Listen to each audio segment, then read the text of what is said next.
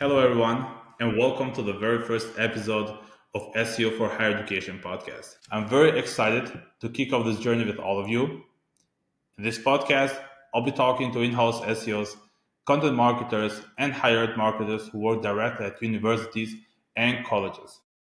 We're going to go deep into their strategies, uncover behind the scenes tips, and share actionable insights that you can apply to your own work.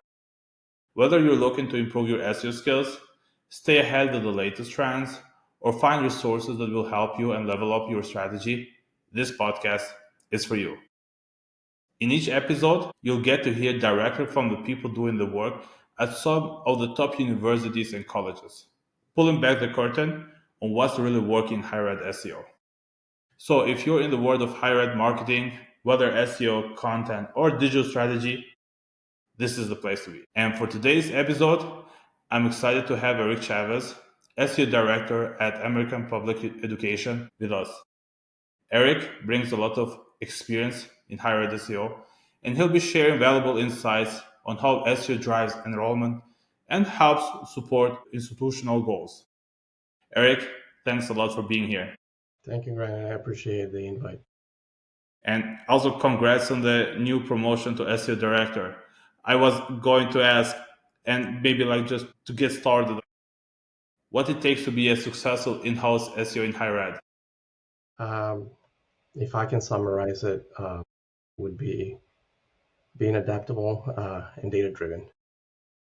There's nothing better than being transparent with what you're seeing, not over-promising, and delivering results, of course. So thanks for that. And if I have this correctly, you're mostly focused in the Erasmus University, right?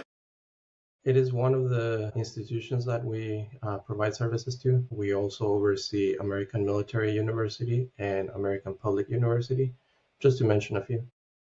I'm interested and curious to know, like SEO is quite niche. We all know a lot of institutions, they invest a lot in other channels, and you don't have a lot of organizations that take SEO investment seriously. So I'm interested to know, as for from your perspective, like how SEO fits into the bigger picture of enrollment and recruitment for the institutions that you manage. Absolutely. So first of all, having the kind of leadership we have that is very in tune with how SEO works. Some of them have agency backgrounds and they come from large companies that know the value behind it and then apply it here towards higher ed. That's super. I'm grateful we have that. Someone like Haley Forbes, like the leadership of Michael Brown, it's super valuable because you don't have to start from scratch. They already know there's value behind it and they already know how to leverage it. So they give us the freedom to run with it and report on results. So in terms of the SEO, what role do we play? Well, we want to align everything we're working on towards the institutional goals in terms of leads, conversions, of course. I mean, it's great and it's nice that you can rank for multiple keywords and enhance your footprint. But at the end of the day, this is about conversions. So having that mindset and making sure that you're aligning with the rest of the company in working as one, winning as one, that's super valuable. So in my role, it's not about just strategizing, but it's strategizing towards those goals. So if possible, making sure that most of the activities that we're working on are to reach that goal and not just defending our space, because sometimes you get requests from other teams, hey, can you crawl this? Can you do that, etc. Yep. And that's always okay.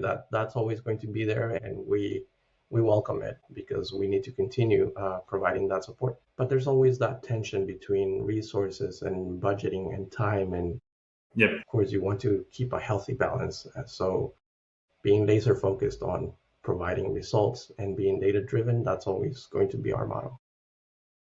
That makes a lot of sense. And this was going to be my follow-up question is, when you're doing SEO strategy for a university, how do you make sure it's not just about driving traffic? Because we understand and we all agree that traffic without conversion doesn't mean anything. But like, how do you actually like build a strategy that brings the right students? And another question that I wanted to kind of like get your thoughts on is like, how do you see SEO as a channel influencing the decision making of prospective students when they're looking for options? Right.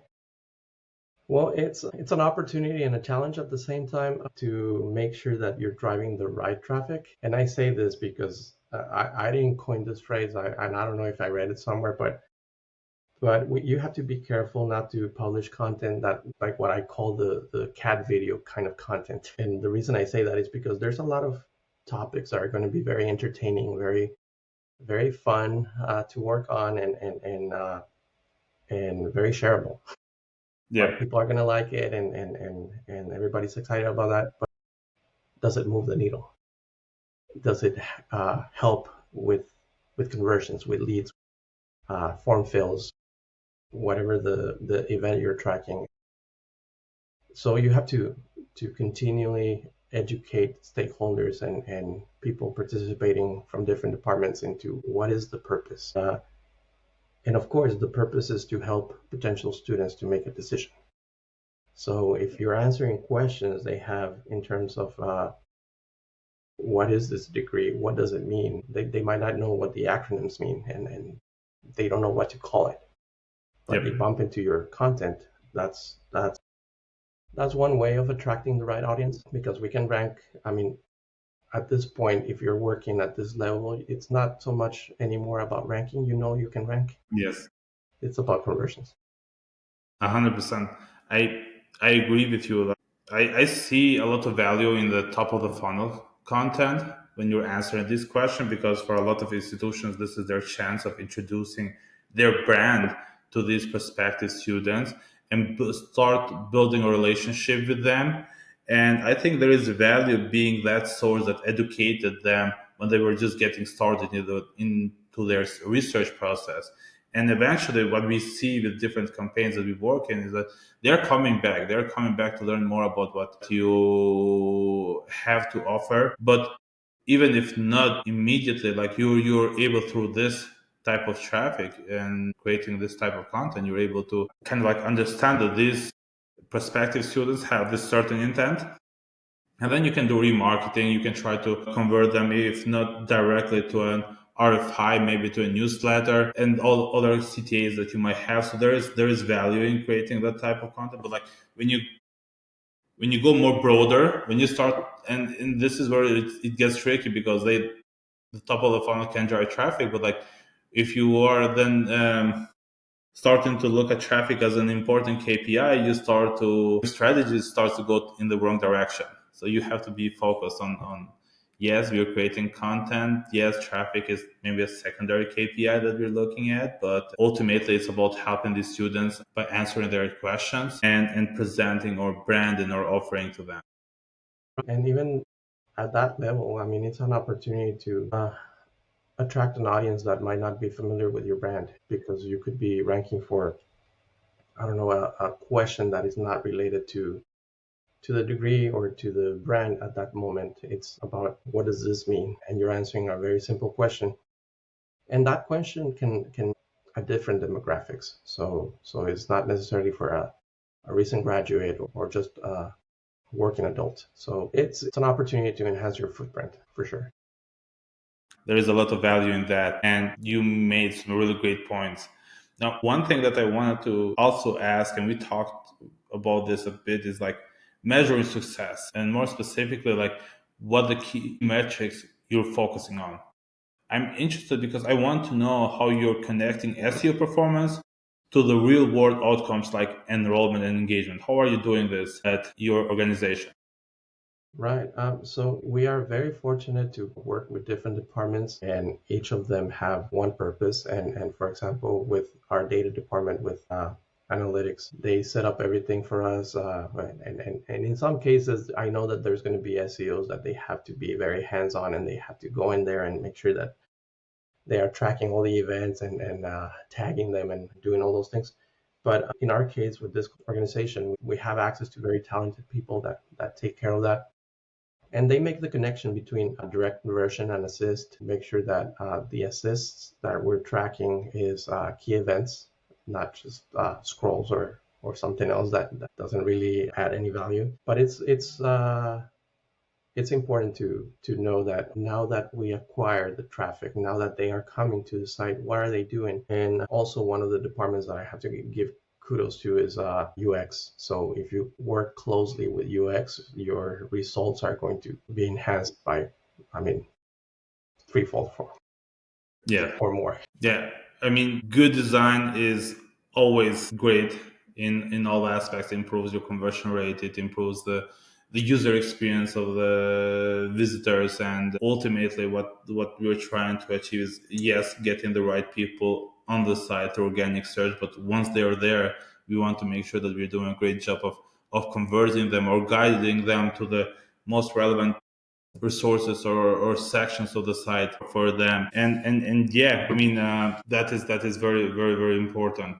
So yes, to summarize that, it is important to track whatever you're calling your conversion, depending on the unit you're working with, if those are requests for information, if those are applications, leads, calls, whatever that is, but it leads to a student starting their journey in signing up and continuing that pursuing that degree. That's what it is.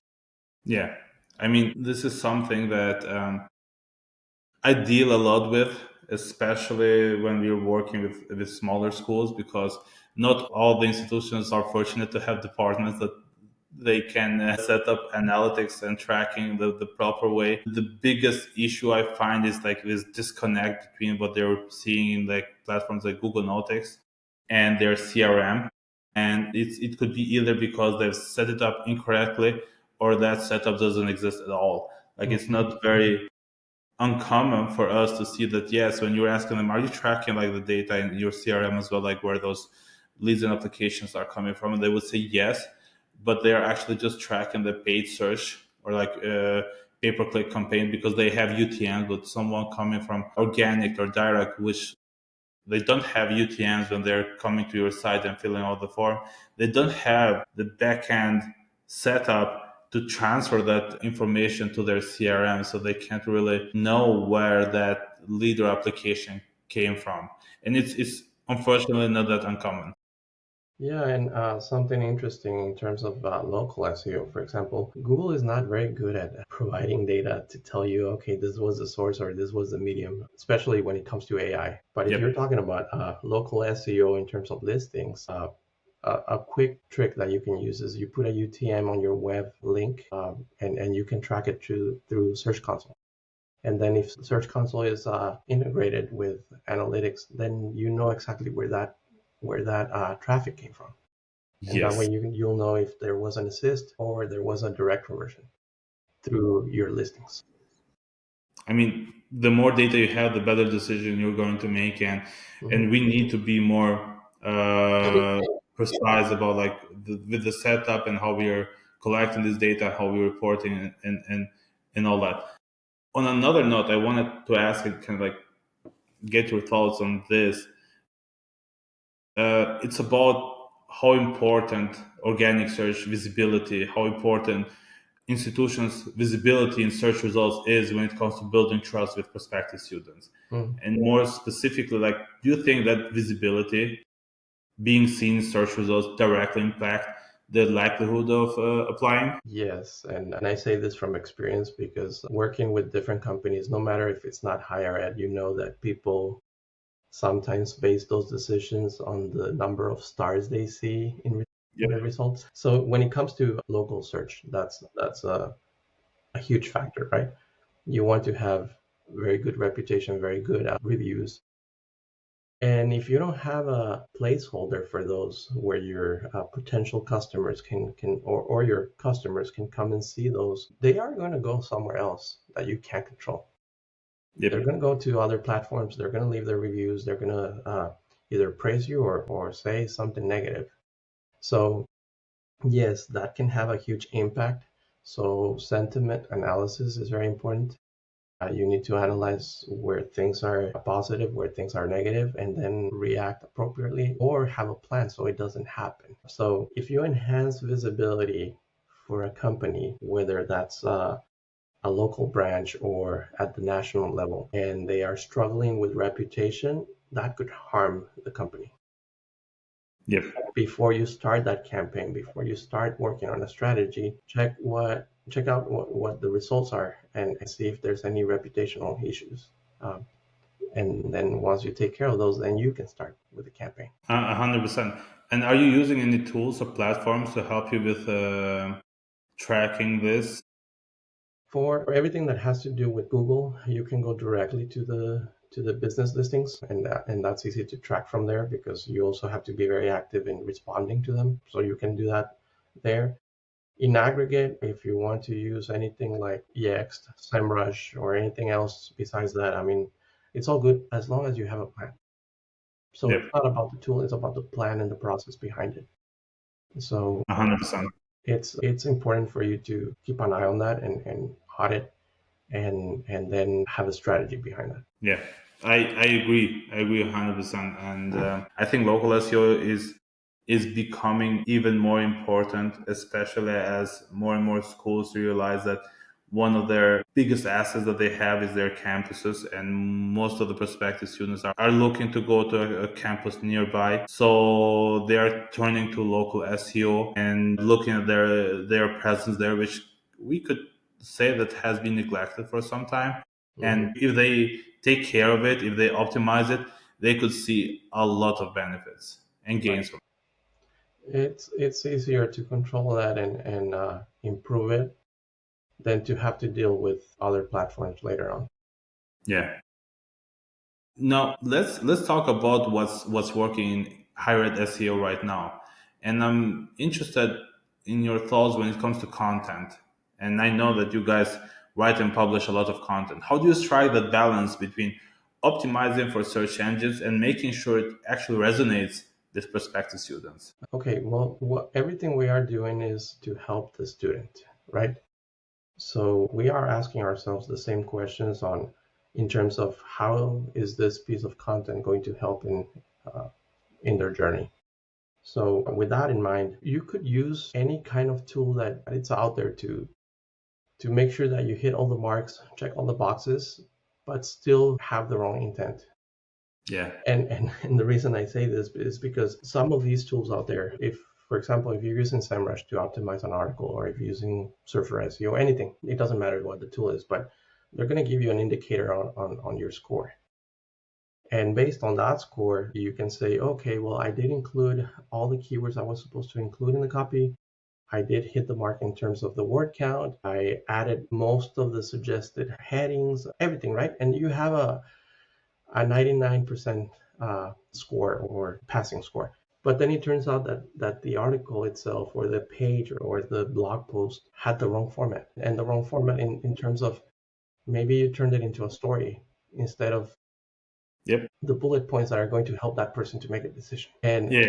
it's so wordy and it's hard to understand that it's not actionable. So yes, that is an example of optimizing for search engines and not for people. So you try to be as valuable and useful as possible. It's not about just cadence or hitting the mark in terms of word counts. It's about helping the person in their journey to make a decision. I feel sometimes these metrics that we get from all the SEO tools, DR, DA, this score, that score, they kind of like they can be more harmful than do good. Those are not definitive things. Like you should see those as data points. It should help you kind of like just get a quick glance on like where you are, but like you should understand that there is much more behind that number, and you need more context to make decision than just a score. There's a lot of false positives. For example, one of them, if you go over the suggested word count, it starts Yeah. the score starts going down, and you're like, well, I still need to say this that this is important for that person. Yeah. How am I going to leave it out? And am I going to remove something else that is also very valuable? No, it's a guide, not a rule. So you have to know how to use those. And ultimately, like even if that for some reason helps you get visibility and ranking for that page, what's going to make that page stick in search results is how people react when they land to the page.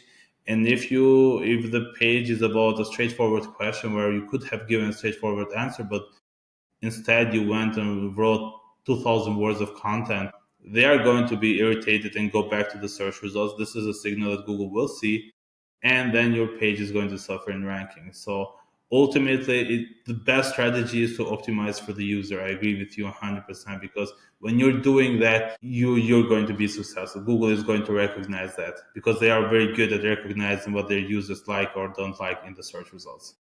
Yeah, I think we've learned from the last few algorithm updates that this is not about extensive word counts anymore, like in 2019 or 2018, Yeah, when everyone was writing 4,000 word articles and etc. It's not about that anymore. It's about providing useful information. I agree 100%. Yeah, we talked briefly about technical SEO, and I'm interested to kind of like know what you think of it, especially because tech SEO doesn't often get as much as attention as it deserves, but we know how crucial it is for performance. Now, how do you make sure that your website's technical health is in check? How you're looking at things like page speed, structured data, making sure that your pages can be found so they're crawlable, indexable, and also like with institutions, you have a ton of pages that sometimes they don't need to be indexed, but for some reason, different stakeholders have said that they need these pages on the site, but like they are not necessarily like, against the indexing. Like, how do you manage like the whole technical SEO? But like I was saying, I'm very fortunate to work with a lot of very skilled uh, people in different teams. They know their stuff. When you get in a meeting with them and you start raising flags, they know where to look, and that's awesome. The part that we had to work on is to explain why it's important for SEO. But after you do that, and then you have recurring meetings, you can have a weekly or a monthly meeting, whatever that looks like for your institution, and then involving your PM team makes everything so much easier because now you keep track and the cadence of, okay, like you were saying, SEMrush is reporting on so many things that are false positives. These are wrong. We're going to prioritize this part, and we expect those to be done in the next 5 days or 10 days, whatever that looks like, right? And now everybody is in sync, working towards the same goal. So that's awesome to see. That can come from something as simple as a SEMrush report, and you can give them access to that, or they can have their own crawlers and they can crawl whenever they need to, whenever there's a new update to the site, whatever that is. But also, I think making sure that you go and check your crawl stats Yeah, in Search Console, that's an eye opener. Sometimes you can see that they implemented this new tool and now it's causing all these parameters to be crawled, and it's eating up your crawl bandwidth. That's not good. I mean, your pages can still load very fast, but if the crawler is constantly busy checking all those parameters instead yeah, of actually prioritizing content that could be more useful, you need to take care of that. So like I was saying, fortunately for us, we have access to people that can do that. We just show them the results, show them the reports, and they run with it and they do their magic. So if you don't have that and you need to take a different approach where you scale it down and you look at the reports from any tool out there and then you just actively work on those, make sure that you keep track of progress. That way you can see, okay, last quarter, this is what it looked like. This quarter, this is the benefit, and then you can turn that hypothesis into an actual actionable task that you can continue working on. yeah. I think that technical SEO has is especially very very important when it comes to migrations, when it comes to redesigns. That is where a lot of things can go wrong, and usually unfortunately they do go wrong, and that is where most of the stakeholders besides the SEOs learn about why it's important, because you've done a lot of investment to capture all these rankings and traffic and visibility, and then because you didn't follow the best practices, they can get disrupted, and it's usually a very challenging campaign to get them back. Yeah, keep your own checklists. If you work with web developer teams, become their best friends. Yeah, It's very helpful when there's that synergy. Like I was saying, I really like the teams that we work with. Karen and her team are amazing. It's very useful when you, for example, you were saying a migration, right? You have your checklist, you do your mappings for URLs and backlinks and everything that you have to take care of before you start thinking about changing URLs. That's going to go a long way. Yeah, it sounds like you've got a solid strategy and an amazing team here. So that comes very handy. That is very very helpful. Another question I wanted to chat with you about is when you're developing SEO strategies for different groups. Think like undergrad or grad students or adult learners. How are you approaching each group differently? Well, I was saying before, we don't necessarily optimize for different demographics because of the type of units that I work with. Most of the students are working adults. So we focus on answering questions that they may have during the process of making a decision. So that's how we strategize our content. And I think it's also important to make sure that your content is evergreen because a question that we may be answering right now, if it's still applicable or evergreen and someone can still use the same page that is already indexed and ranking in 2 years or 3 years, I mean, that's going to help a lot. So that's how we strategize our topics. And yes, you do have to look at what our competitors doing, what's working for them. So you go out there and then check out the competition. Yeah. Maybe there's some gaps in there that you could target. When looking at the competition, you might bump into sites that look like, wow, they have so much traffic, they must be doing something great. But then in looking at the pages with the most engagement, you find out that they have a lot of cat videos. Yeah. So you don't necessarily want to replicate that strategy. Yeah. And there's others that are going to have big drops, but they have very good results. Maybe they're content pruning. Who knows? Yeah. So I you have mean, to watch out for that. yeah, it's all about context, diving deeper into the data and not just like looking at one or two charts and then coming with conclusions, especially on the traffic because like we've done a lot of campaigns and I see schools and institutions as well where they tried content marketing and they decided that it's not working for us. And the reason why it's not working for them is because they were targeting the wrong things. They were in the game of traffic increases instead Hmm. of like quality and relevance. And the first step that you want to do there is content pruning. And seeing like it's hard because there was real investment behind that content, and no one wants to see the traffic numbers go down. But like we have to kind of like refocus the conversation on what really matters, which is like the main conversions and Right. the KPIs. Are we seeing decreases in leads and applications? Most likely not, because those were never in a good spot from those pages. And then basically it helps free up resources to focus on what really matters, which is like number one, your program pages, and also like through thought leadership content on your blog, targeting the right topics. You can also create local landing pages if you have campuses that you're thinking of pushing or programs that you want to push more in specific markets.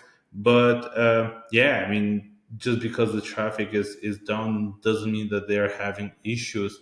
You have to look at what is the reason behind this drop. And sometimes even it's like out of your control. You could have great content, but like Google has changed the search intent for that for those keywords.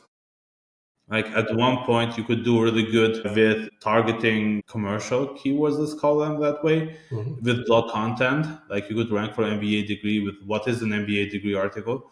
But then Google might decide to switch the intent instead of showing more informational Hmm. content pieces for those keywords, for those queries. They might want to start showing up more program pages. And in that case, I mean, it's all about, like you didn't do nothing wrong. It's just that Google has adjusted what they're showing up, Right. and you need to play along. Yeah. SERPs are changing, and it's cool to see if you can monitor your SERP features to understand how things are shifting. Sometimes there's a test, and all of a sudden you see all your features disappear for that particular vertical. And you're like, what's going on here? And then you look at the SERP itself, and it turns out that some feature that was very prominent before it just disappeared. They're testing Yeah. something. So yeah, nothing that you did, so you can't react to that. We have to be careful. Now, on the other hand, talking about content strategy, you could have a ton of content that no one is looking for because these are topics that are so obscure that only faculty understands them. And it's great to highlight their expertise, but students are not using that to make a decision about if they should attend this school or the next one. They're not even using them as a comparison point. Instead, those should live in scholarly or somewhere else. But you also have to be careful with those kind of articles that seem very important, but no one is looking for it. Yeah. I mean, it's very important of looking at your main site as a marketing asset, and then treat it as is. Basically, like making sure that you care about. There should be a reason why each page exists on the site and how you're optimizing and like what is the purpose and all that. And I agree that content deserves to be seen and have a home, but maybe that's not on the main site. Could be a subdomain, it could be like another Yeah, platform where that could be published. But it has to be like it all goes to the why and educating the teams and like why this should be done this way and like and maybe it's for the better. yeah. You don't want to treat your website as a platform just for shares. Um, Yeah. it's great to support in that sense with copy that other channels can share, but that's not the main purpose. So why drive away people to a different channel when they already came here looking for something? My follow-up question and is like even with the great team like you guys have there, you must have had SEO challenges. Now, I want to ask, how have you overcome these challenges? Like, what is the biggest one that you faced so far in higher ed SEO, and like what have you done to overcome it? Yeah, it would be a huge lie if you say that we don't have any challenges. Everybody has challenges. So whether that's in how you produce content or even navigating compliance. Yeah, Let's talk about that because I mean it's something that happens in higher ed. Also working in food service, it's very regulated. Coming from that background, I remember having to deal with so many policies, and then all of a sudden something changed, and now you have to change every single product description. I mean all sorts of regulations, right? But when it comes to accreditation and making sure that you're not uh, publishing any promissory content, you have to make sure that you're following every rule, every guideline. And it gets to the point where you know the rules and you know what's going to fly, what's not going to pass the test. And that would be one of the challenges. You have to stay on top of that and onboard anyone else who's going to be touching content to know that this is how things are done. Why? It's not because it's just a paradigm, but it's something that we're learning from the experts. And if you have access to a legal department like we do, it's incredible. It's something that you should leverage and ask questions. Go to them and ask them, hey, is it correct to say this, or can we tackle this topic or not? yeah, That way you don't waste any time. But that would be one of them. The other one is the ongoing education on your strategy and why certain topics are not priority. I'm not going to say useful because they might be useful, but they're lower priority. And it's because they don't align necessarily with the purpose of helping a potential student. But if you can find a connection between a topic and maybe your degree copy or the catalog or courses, whatever that is, I don't know. And there's a purpose behind it. That's something that you should continue educating people about. So that's one of them. I'm glad that things are going the way they are and earnings calls are sounding the way they are, and everything is very positive at the moment. but there was a moment when it wasn't, and we managed to turn that around, and now that everybody is working towards the same goal and aware of the importance of SEO, it's amazing to have that kind of synergy. So That's great to hear. it's very good. Yeah, it's unfortunately it's a bit rare, but it's great to hear that you have the support that you have to push the strategies, and it also explains why you're in the position you are and like the results that you guys see from the channel. Now, we need to talk about AI and we need to talk about the future of SEO. It wouldn't be a 2025 podcast if we didn't tackle this topic.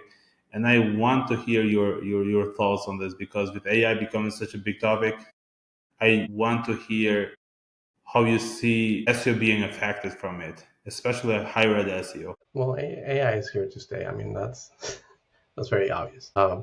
And instead of being afraid of it or ignoring it, let's embrace it. Let's adapt on how we do things. An example I can give you right now of something that I was working on. It's incredible. I mean, you can leverage it for almost anything. If you use Screaming Frog, for example, Yeah. you can tap into Gemini and analyze results directly in Screaming Frog. Let's say that you're looking for a way to optimize blog posts for something specific. You can create an extract and then tap into the API for Gemini and then analyze all that content. You just crawl and it'll give you insights on where you can do those things. So hey, why not use it, right? Yeah.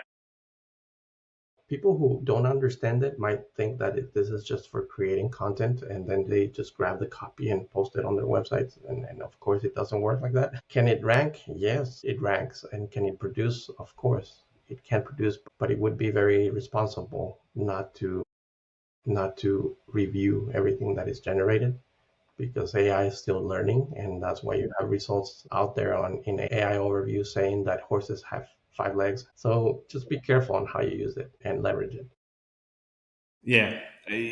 100%. Like, and you can also like automate some of the more, let's call them boring tasks like title, meta description. You can do a lot of that stuff. But I'm even more interested to know your thoughts on like the search market changing. Like, I mean, yeah, we have newcomers like ChatGPT, Perplexity, Gemini is good, but like a lot of people are using ChatGPT, a lot of people are using Google, and Google just launched a new AI mode. Like, I want to hear your thoughts on like where do you see the search behavior going with all the developments? The user interface is changing, how people are searching and finding information, and lots of changes. Like, I can't say that 100% of the AI overviews are informative content. Some of them are commercial or transactional.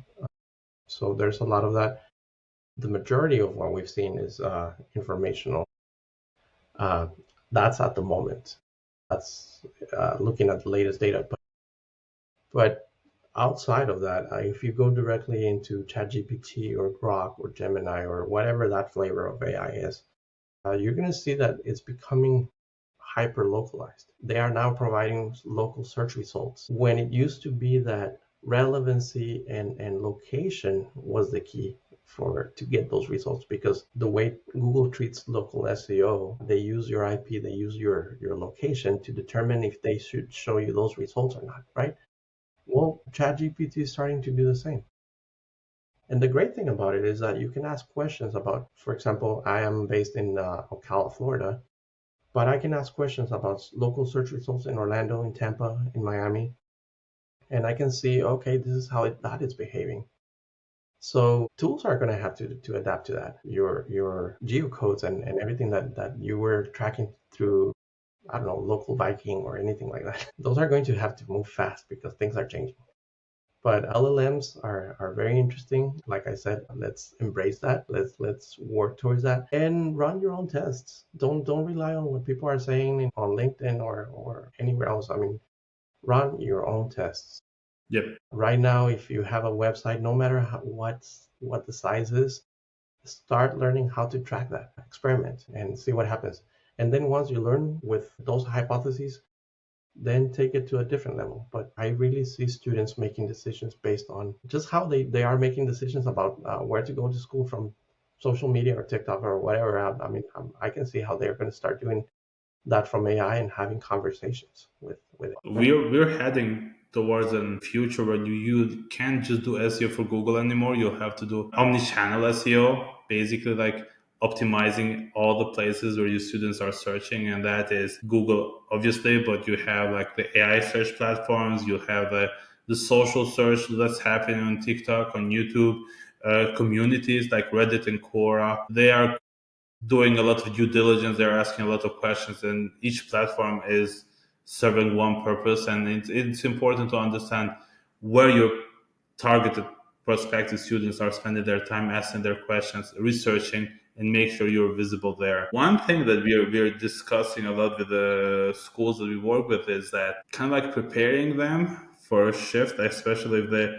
it's about like understanding how, let's say, what the impact of a potential shift in SERPs, like AI overviews, is obviously going to impact more top of the funnel pages. So you should expect less traffic. But it's like if your KPIs were traffic and rankings, it's going to be a struggle. You should have had kind of like switch to the KPIs of leads and conversions way before. And what I'm seeing is that even if traffic is decreasing on certain pages, we are not seeing any impact at all when it comes to the main conversions, which are leads and applications. And that is kind of like how you should look at this. You shouldn't see as, okay, traffic is decreasing, we're doing something wrong with our SEO. It's actually like, because of the changes that are happening, fewer people are going to click, but the intent of those people is going to be stronger. So as long as we are doing well with the main KPIs, we are in the right track, and we should continue with the strategy. Obviously adjusting it, because every day new things are being launched mhm. and changes are happening. But like, we shouldn't on traffic decreases, because traffic was shouldn't have been never an important KPI that we tracked and reported on. Yeah, it's not a numbers game. It's not just traffic by itself. It's the quality of the traffic. I mean, we've gone through this for the ones that have been doing this for a while. We've gone through this multiple times, whether that was the feature position, position zero with zero clicks. Remember, I mean, people were freaking out over that. Then later on, it came. People also ask, and then now it's AI overviews or the LLM itself. You know if it's causing any issues on your own metrics. If you have less traffic, but then, yeah, if you have less traffic and it's also affecting conversions. But if you have less traffic and your conversions are going up, that means you're doing the right thing. I mean, continue down that path. Let the AI vet all those tire kickers that are not interested in committing, and continue working on the rest. I agree with you.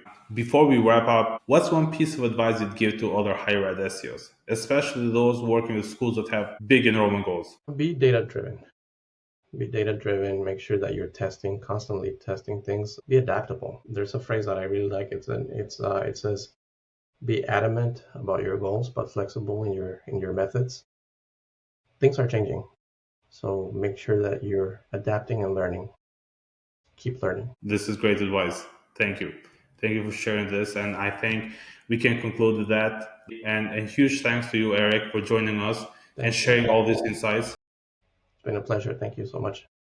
Thank you. Thank you.